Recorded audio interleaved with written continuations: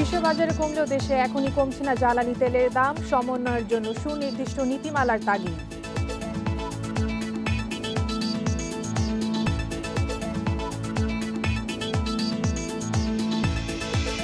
আগামী বছরের জুন নাগাদ যান চলাচলের জন্য খুলবে পদ্মা সেতু, ব্রিফিংয়ে মন্ত্রী পরিষদ সচিব।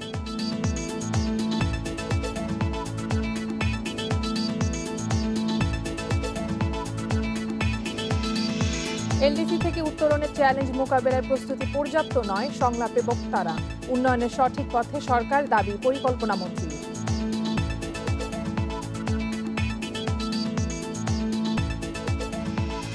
আমন্ত্রণ অর্থনীতি সারাদিন, আপনাদের সঙ্গে আছে আমি কপ্তিয়া মুমতাহানা। শুনছিলেন শিরোনাম, এবারে জানাবো বিস্তারিত। বিশ্ববাজারে গত এক সপ্তাহ ধরে নিম্নমুখী জ্বালানি তেলের দাম প্রায় $6 কমে প্রতি ব্যারেলের দাম দাঁড়িয়েছে $79। তবে দেশের বাজারে এখনই দাম কমছে না বলে জানিয়েছে রাষ্ট্রীয় তেল বিপণন সংস্থা বিপিসি। সংস্থাটি বলছে বিশ্ববাজারে দাম $70 নেমে আসলে সমন্বয়ের বিষয়টি বিবেচনা করা হবে। এদিকে নিয়মিতভাবে দাম সমন্বয়ের জন্য সুনির্দিষ্ট নীতিমালার তাগিদ দিচ্ছেন বিশ্লেষকরা। পাচার রোধে এবং বিশ্ববাজারের দামের সাথে সমন্বয় করতে সম্প্রতি দেশে ডিজেল এবং কেরোসিনের দাম লিটারে $15 বাড়ানো হয়। তেলের দাম বৃদ্ধির সঙ্গে সঙ্গে বাড়ানো হয় বাস ভাড়া, যার প্রভাব পড়েছে নিত্যপণ্যের বাজারেও। কিন্তু এরই মধ্যে আন্তর্জাতিক বাজারে তেলের দাম কমতে শুরু করেছে। নভেম্বরের প্রথম সপ্তাহে বিশ্ববাজারে প্রতি ব্যারেল অপরিশোধিত তেল $85 বিক্রি হলেও সোমবার তা বিক্রি হয়েছে $79.16। বাংলাদেশ পেট্রোলিয়াম কর্পোরেশন বিপিসি বলছে, আন্তর্জাতিক বাজার পর্যবেক্ষণ করছে সংস্থাটি। ব্যারেল প্রতি দাম $70 নেমে আসলে সরকার দাম কমিয়ে আগের অবস্থানে যাওয়ার বিষয়টি বিবেচনা করবে। আমাদের যেটা ইমিডিয়েট আগের ব্রেক ইভেন ছিল, যেটা মূল্য বৃদ্ধির আগের, সেটা হলো $70 পার ব্যারেল। সেটা কিন্তু এখনো আসেনি। তো $70 পার ব্যারেলে গেলে তখন নিশ্চয়ই আমরা আবার আগের অবস্থানে যাওয়ার একটি পরিস্থিতি তৈরি হতে পারে। জ্বালানি বিশেষজ্ঞদের মতে, ইউরোপে করোনার প্রভাব বেড়ে যাওয়ায় বিশ্ববাজারে দাম কমছে, ভবিষ্যতে আরও কমার সম্ভাবনা রয়েছে। তেলের দাম 6 মাস আমরা অবজার্ভ করব, ওকে, তাহলে ওঠানামা করছে, তাহলে আমাদের একটা গড় বার করতে পারবো। তাহলে 6 মাসের এই গড়ের 6 মাসের শেষে ওই গড় অনুযায়ী আমি দাম অ্যাডজাস্ট করব, তারপরে আরও 6 মাস করব।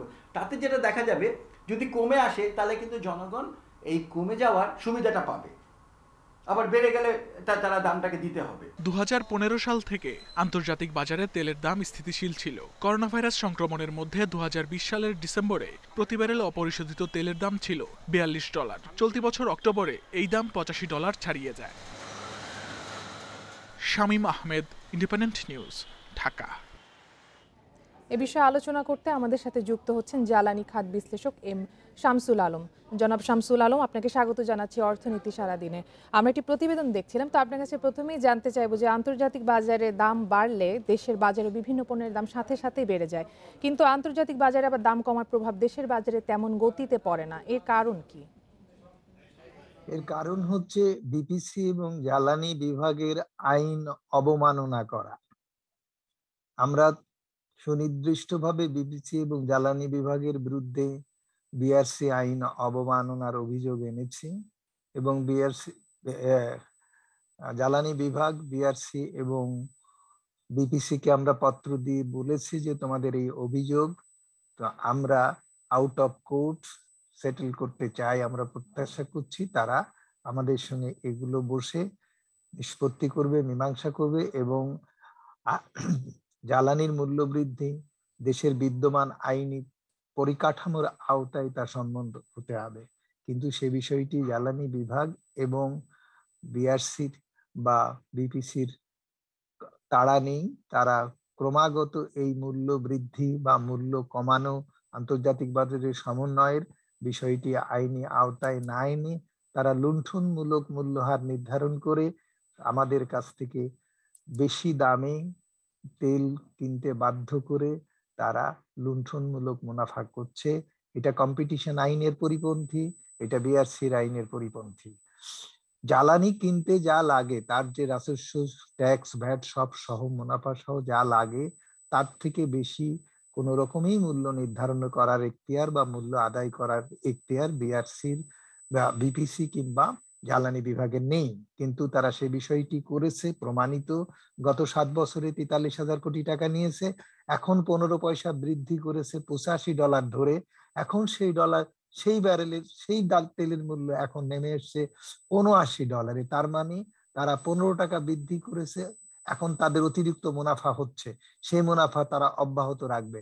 আমরা এই ব্যাপারে বলেছি যে যে মূল্যহার নির্ধারণ করা হয়েছে এখন যে কমে গেছে, এসব বিষয় সমন্বয় করা না করা, এই বিষয়টি এখতিয়ার বা কেন করা হবে না সবকিছুই বিচার বিশ্লেষণ হবে গণশুনানির ভিত্তিতে। এবং আমরা এই মূল্যহার অলরেডি রিভিউ চেয়েছি। আমি মনে করি এই বিষয়টি নিষ্পত্তি হতে পারে জ্বালানি বিভাগ বিপিসি কে, বিআরসির লাইসেন্সে যেহেতু বিপিসি কে এটা রিভিউ করার জন্য বিআরসি তে আসতে হবে এবং বিআরসি শামসুল আলম, এই যে বিপিসি বলছে যে বিশ্ববাজারে জ্বালানি তেলের দাম $70 নেমে আসলে সমন্বয়ের বিষয়টি বিবেচনা করা হবে, এই যে আরো বিলম্ব হবে এই যে দাম সমন্বয়ের বিষয়টি, এতে ব্যবসা বাণিজ্যে বা সার্বিক অর্থনীতিতে আসলে কেমন প্রভাব পড়তে পারে? অলরেডি প্রভাব পড়েছে।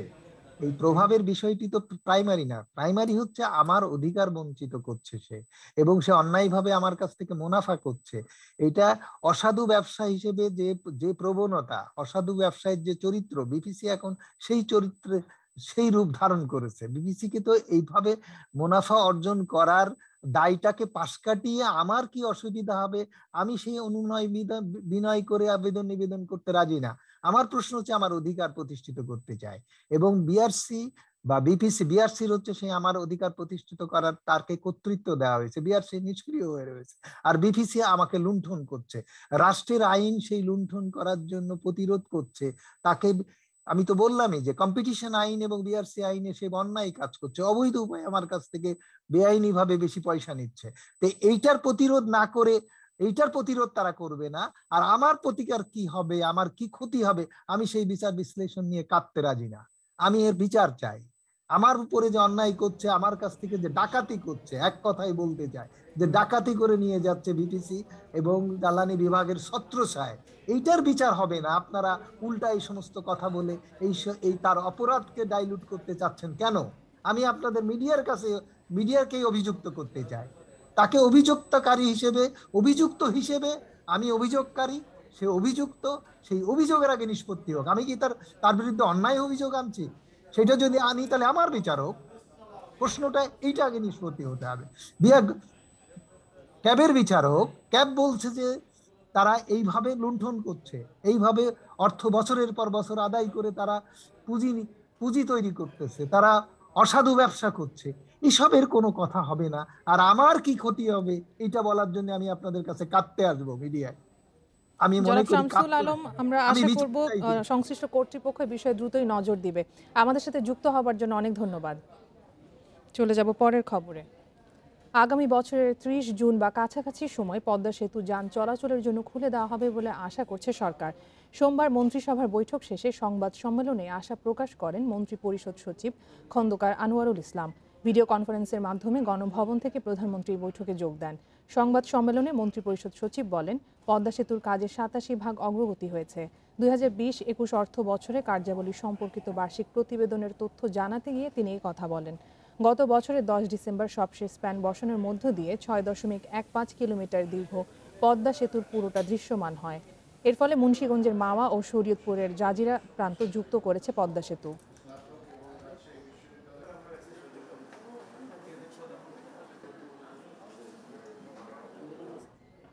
প্রবাসী আয় নিম্নমুখী ধারা অব্যাহত রয়েছে। চলতি মাসের প্রথম 18 দিনে ব্যাংকিং চ্যানেল $106.57 কোটি দেশে পাঠিয়েছেন প্রবাসীরা, যা গত বছরের একই সময়ে ছিল $125 কোটি। বাংলাদেশ ব্যাংকের হিসেবে উঠে এসেছে তথ্য। গত 4 মাস ধরে মধ্যপ্রাচ্যের দেশগুলো থেকে ধারাবাহিকভাবে কমছে প্রবাসী আয়, যদিও এ সময় যুক্তরাষ্ট্র থেকে প্রবাসী আয়ের পরিমাণ উল্লেখযোগ্য হারে বেড়েছে। সংশ্লিষ্টরা বলছেন, মহামারীর বিধি নিষেধ উঠে যাওয়ার পর অবৈধ চ্যানেলগুলো অর্থ লেনদেনের পরিমাণ বেড়েছে। ডলারের দাম বাড়ার ফলে প্রবাসীরা বৈধ পথে রেমিটেন্স পাঠাতে আগ্রহ হারিয়ে ফেলেছেন। রেমিটেন্স কমায় বিদেশি মুদ্রার রিজার্ভও নেমে এসেছে $45 বিলিয়ন নিচে। এই রিজার্ভ দিয়ে 6 মাসের কিছু বেশি সময় আমদানি ব্যয় মেটানো সম্ভব।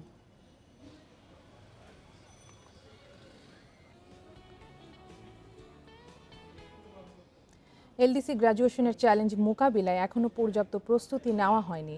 রপ্তানি পণ্য ও বাজারে বৈচিত্র্য আনার পাশাপাশি বাংলাদেশকে বাড়াতে হবে প্রতিযোগিতার সক্ষমতা।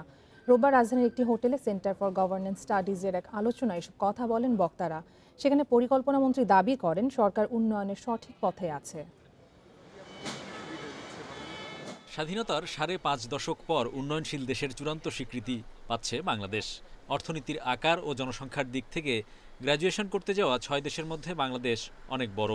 তাই উত্তরণকে টেকসই করতে প্রয়োজনীয় আন্তর্জাতিক সহযোগিতা ও নিজেদের প্রস্তুতি নিয়ে আলোচনা চলছে বিভিন্ন ফোরামে। কেননা তখন হারাতে হবে অনুন্নত দেশ হিসেবে পাওয়া বিদেশি নানা সুবিধা। প্রতিযোগিতা সক্ষমতা বাড়াতে হলে কর্মীদের দক্ষতা বৃদ্ধি, রপ্তানি পণ্য এবং বাজারে বৈচিত্র্য আনার বিকল্প নেই। উচ্চপদে কাজ করা বিদেশিরা এদেশ থেকে প্রতি বছর ৫ থেকে ৬০০ কোটি ডলার নিয়ে যায়। উন্নয়নশীল দেশের উপযোগী করেই সামগ্রিক অবকাঠামো তৈরি করতে হবে।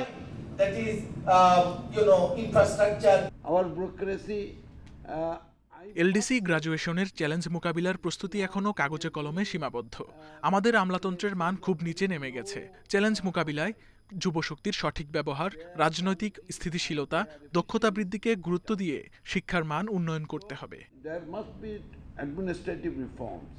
দক্ষতার ঘাটতি, স্বাস্থ্য ও অন্যান্য খাতে অনিয়ম সহ অভ্যন্তরীণ চ্যালেঞ্জই বেশি বলে মনে করেন বাংলাদেশে নিযুক্ত বিশ্বব্যাংকের প্রতিনিধি। তার মতে নীতি সংস্কারের পাশাপাশি মাঠ পর্যায়ে তা বাস্তবায়ন নিশ্চিত করতে হবে। বাংলাদেশকে শুল্ক হার কমিয়ে যৌক্তিক করতে হবে। আমি মনে করি এখন ন্যাশনাল সিঙ্গেল উইন্ডো করার সময় এসেছে। উচ্চ প্রবৃদ্ধি অর্জনের সুফল যাতে দেশের সব নাগরিকের কাছে পৌঁছায় সেদিকে গুরুত্ব দিতে হবে।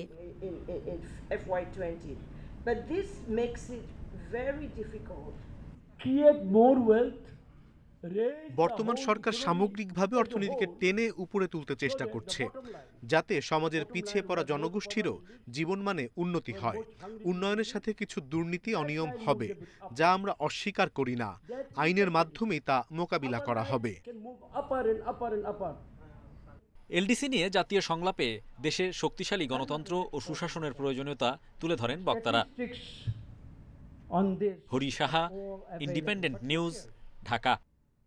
ব্রডব্যান্ড ইন্টারনেট সেবা ন্যূনতম 10 MBPS থেকে বাড়িয়ে 30 MBPS করার সিদ্ধান্ত নিচ্ছে টেলিযোগাযোগ নিয়ন্ত্রণ কমিশন বিটিআরসি। তারা বলছে প্রত্যন্ত অঞ্চলে ইন্টারনেট সেবার মান বজায় রাখতে এই সিদ্ধান্ত। তবে গতির চেয়ে ব্রডব্যান্ড সেবার আওতা বাড়ানোর পরামর্শ দিচ্ছেন বিশ্লেষকরা। 2018 সালের শেষের দিকে ব্রডব্যান্ড ইন্টারনেটের গতি বেঁধে দেয় বাংলাদেশ টেলিযোগাযোগ নিয়ন্ত্রণ কমিশন বিটিআরসি। সে সময় ব্রডব্যান্ডের গতি নির্ধারণ করা হয় ন্যূনতম 10 MBPS, যা এখনও বহাল রয়েছে। এবার ব্রডব্যান্ডের গতি বাড়ানোর সিদ্ধান্ত নিয়েছে সরকার। বিটিআরসি জানায় পর্যায়ক্রমে গতি বাড়ানো হবে। চলতি বছর 20 MBPS এবং 2023 সালে 30 MBPS এ উন্নীত করা হবে। প্রত্যন্ত অঞ্চলে সেবার মান বজায় রাখতে এই সিদ্ধান্ত, বলছে বিটিআরসি। তৃণমূল পর্যায়ে সেখানেও আমরা দেখছি যে এখানে স্পিডের বিষয়টা অত্যন্ত নাজুক অবস্থা রয়েছে। এখন যখন আমরা তাকে এমএনও থেকে ধরতে যাই তখন তা বলে 10 MB আমরা তো স্ট্যান্ডার্ড মেনটেন করছি। বাস্তবে 10 MBPS স্ট্যান্ডার্ড কিন্তু আমরা কোয়ালিটি মেনটেন করতে পারছি না। ফলে বাধ্য আমাকে 30 MBPS এর বিষয়ে সিদ্ধান্ত নিতে হচ্ছে। বিটিআরসির হিসাব অনুযায়ী দেশে ব্রডব্যান্ড গ্রাহক 1 কোটির বেশি। সেই হিসেবে দেশের মোট জনসংখ্যার 6 ভাগ ব্রডব্যান্ড ব্যবহার করছে।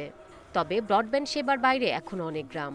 ওয়াইফাই কানেকশন না থাকার কারণে কাজ করা সম্ভব হচ্ছে না। বিভিন্ন ঝামেলা হয় আর কি, আমাদের সুবিধা পাই না কাজ করে। মডেমের মাধ্যমে আমরা কাজগুলো ডেলিভারি দিতে অনেক সময় লাগে। নেট সমস্যা আমাদের এখানে, ওয়াইফাই হলে খুব ভালো হতো।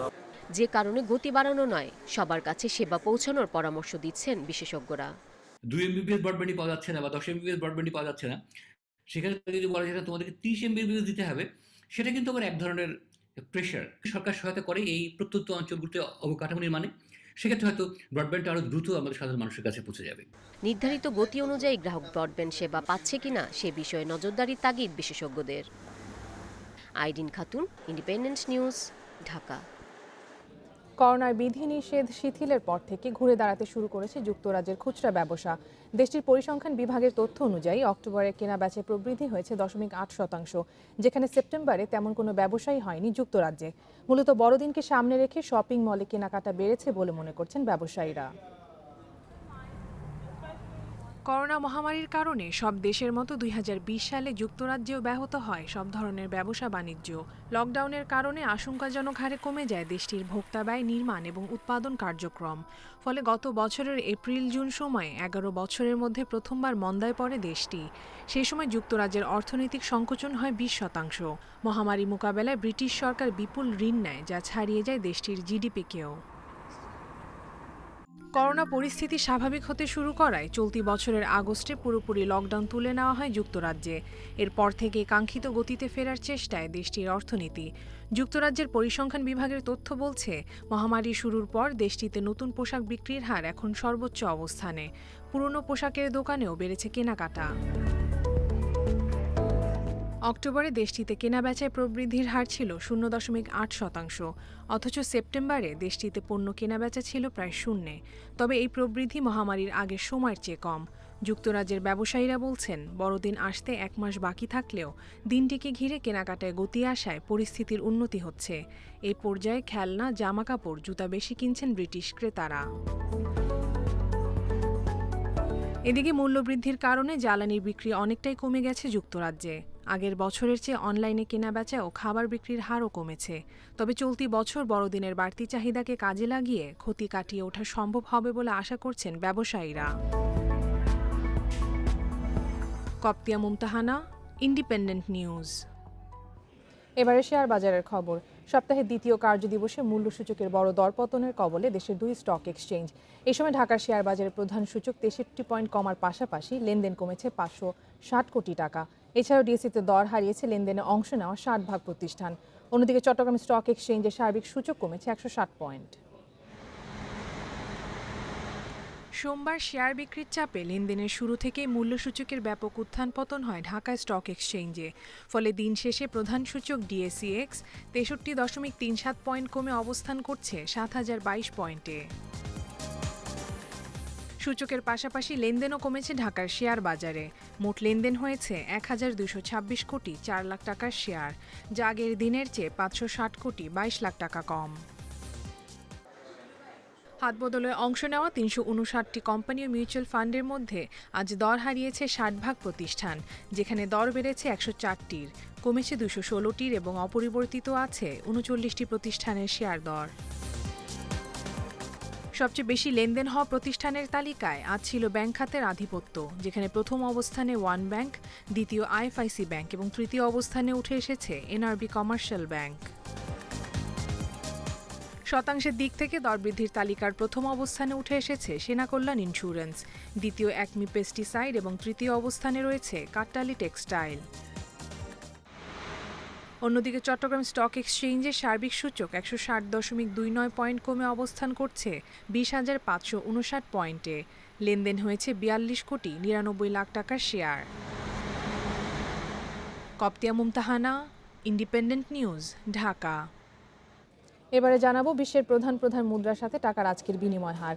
অপরিবর্তিত রয়েছে যুক্তরাষ্ট্রের ডলারের দর, বিনিময় হয়েছে 85 টাকা 80 পয়সায়। যুক্তরাজ্যের পাউন্ডের দর কমেছে, বিনিময় হয়েছে 117 টাকা 61 পয়সায়। ইউরোর দরও কমেছে, বিনিময় হয়েছে 98 টাকা 65 পয়সায়। অপরিবর্তিত ভারতীয় রুপির দর, বিনিময় হয়েছে 1 টাকা 28 পয়সায়। দর পরিবর্তিত সৌদি রিয়ালের, বিনিময় হয়েছে 22 টাকা 98 পয়সায়। আরব আমিরাতের দিরহামের দর অপরিবর্তিত, বিনিময় হয়েছে 23 টাকা 47 পয়সায়। দর বেড়েছে কুয়েতি দিনারের, বিনিময় হয়েছে 285 টাকা 33 পয়সায়। মালয়েশিয়ান রিঙ্গিতের দরও কমেছে, বিনিময় হয়েছে 20 টাকা 60 পয়সায়।